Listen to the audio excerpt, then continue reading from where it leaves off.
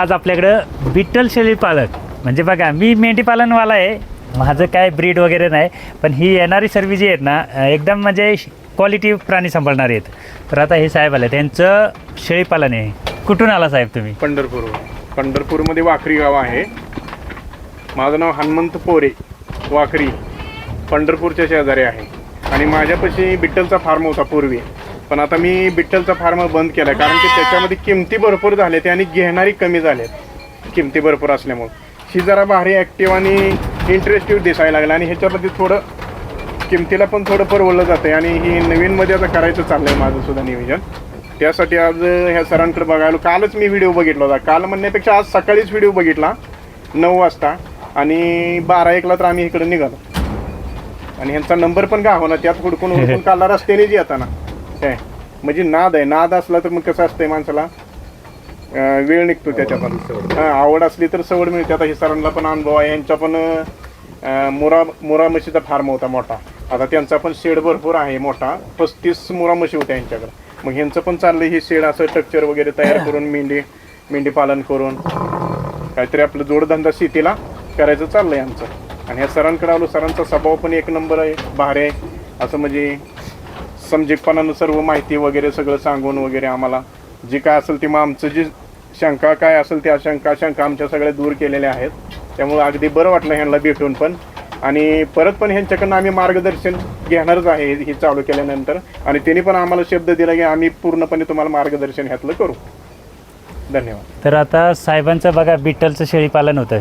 शेळीपालन म्हटलं ना की मेंढी पालकाच्या 10 पटीनं अभ्यास हे पहिल्यांदा लक्षात सर्वांनी घ्यायचं. कारण ह्यांचं जे चाऱ्याचं मॅनेजमेंट असतं शेळीपालनावाल्यांचं ते जर का मेंढीपालनात मी नेहमी सांगत असतो त्यांचं मॅनेजमेंट जर आपण वापरलं ना कॉपी तर सगळं करता येतं. फक्त त्यांचा मेंदू आपण कॉपी करू शकत नाही. पण त्यांचं चाऱ्याचं जर मॅनेजमेंट ह्याच्यात घेतलं ना तर मी सांगतो ना ह्याच्यासारखं मेंढीपालनासारखं कशातच तुम्हाला म्हणजे अडचणच नाही.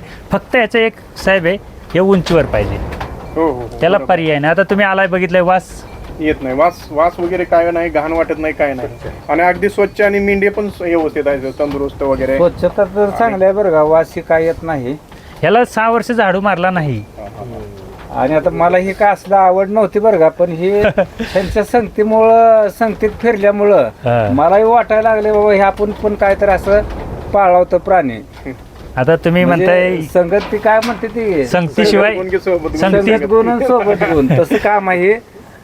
त्यामुळं खूप छान वाटतंय बघून. आणि कधी पण हा जो नर आहे ना शांत नसावा. बरोबर आहे. तुम्ही जर धरला ना त्याला तर ते उभं राहिलं नाही पाहिजे. हे त्याचं गुणधर्म पहिल्यांदाच लक्षात ठेवायचं. आणि असलं जर जनावर तुमच्या शेडवर असेल ना तर मात्र येणारं जे जनरेशन आहे 100% क्वालिटीत येतं. कारण मी 6 वर्ष सांभाळलं आहे त्याच्यामुळं मला त्या गोष्टींचा माहिती पडलं. आणि आपल्याला पण सुरुवातीला काय अनुभव नव्हता. आम्ही पण असंच कुणाला तरी फॉलो करायचो. त्यांनी काहीतरी सांगायचं आम्ही इकडं वेगळंच करायचं. कारण आमच्या डोंगरात काही होत नाही तसलं. त्यांनी सांगायचं मग तुती लावा, हादगा लावा, शिवरी लावा, पण आमच्या डोंगरात येत नाही. मग आपण काय केलं आपलंच थोडंसं माइंड लावलं आणि ह्याच्यावरती प्रोसेस केलं. ही सेकंड बॅच म्हणजे पिल्लांची टॉप क्वालिटी. बाटल्या सर कसे येते? एक एक्झापर आणि एक ग्राईप वॉटर, बाकी काय नाही. म्हणजे एक्झापर हे काय वेलिकॉन की तिला द्यायचं. ग्राईप वॉटर ह्या पिल्लांना 1 महिनाभर देतो आपण. बाकी ह्यांना औषध नाही, काय नाही, कुठली गोळी नाही, काय नाही. कारण मला इंजेक्शन करता येत नाही मुळात म्हणजे. त्याच्यामुळं मी काय होऊ नये ह्याच्यासाठी करत असतो. कारण मला त्रास असल्यामुळे ह्या डोंगरात कोण डॉक्टर म्हणलं तरी येत नाही. आता तुम्ही येताना कळलं असेल तुम्हाला. हे 2 तास लागले डोंगरवर चढून यायला. आता एवढंच खाली उतरून आता तुम्ही आला ठीक आहे, पण पावसाळ्यात जर आला ना तुम्हाला डोंगरच दिसणार नाही. आणि खालून तुम्ही म्हणाल तर वर काय आबाळच दिसते, जायचं कसं असं आहे. आता मेटकरी साहेबांचं पण तुम्हाला दिलं. सर्व माणसं आपल्यामध्ये मेंढी पालनामध्ये रॉयल्टी म्हणजे असं काय ब्रीड म्हणून कोण विकत नाही शक्यतो. कटिंग मार्केटला तुम्हाला जे काय वाटेल त्याप्रमाणे प्रत्येकजण त्याच्यातलंच आहे.